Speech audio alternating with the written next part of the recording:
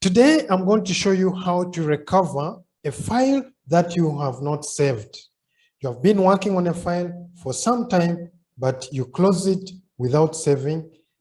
All the data will be lost. But how can you recover that data? That's what I'm going to share with you. As I was working on my file today, I worked for over 2 hours without saving. And somehow I closed the file without saving. So I was very much worried that I was going to repeat all the information, but somehow I discovered a way how to recover that file. So assuming this is the file you're working on and you have typed this information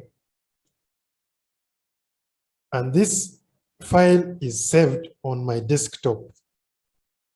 So what I'll do, assuming I type new information which I have not saved.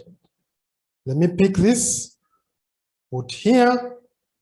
I've not saved, but I close the file.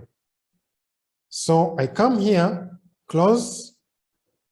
Want to save your changes to this. By mistake, I say, don't save this.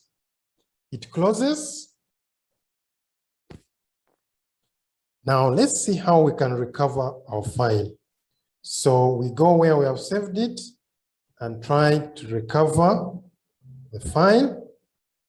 As you can see, the information, additional information I added here is not seen because I did not save when I closed this file.